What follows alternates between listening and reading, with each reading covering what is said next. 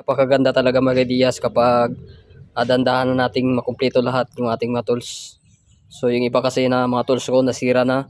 So inodiran ko sa ito yung sa pang timing gear na puller. Ayan. Pang timing gear ito.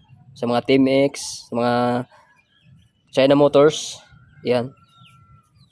Pang Team X, Skygo, Euro, Rossi. Ayan. Ito yung pangkuha ng timing gear. Ayan. So ito yung pang Dio, Aerox, Inmax, GY6 na motor, RS100. Ayan. Pang MIUI. Ayan. Ito folder na to. Ito yung pang XRM 125. Ayan. XRM 125. At ito XRM 110. At dito pang TMX dual. Pang XRM ito. At dito pang TMX.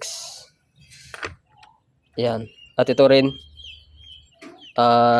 pang CRF 150, XR 150. Ayan.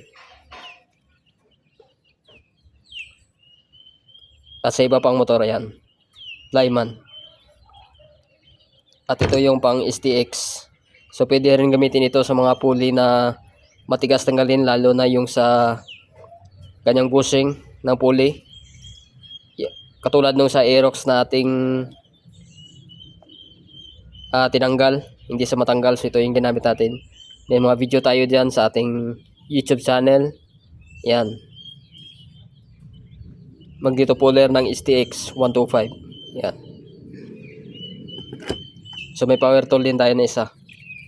So hindi ko kaanong ginagamit ito.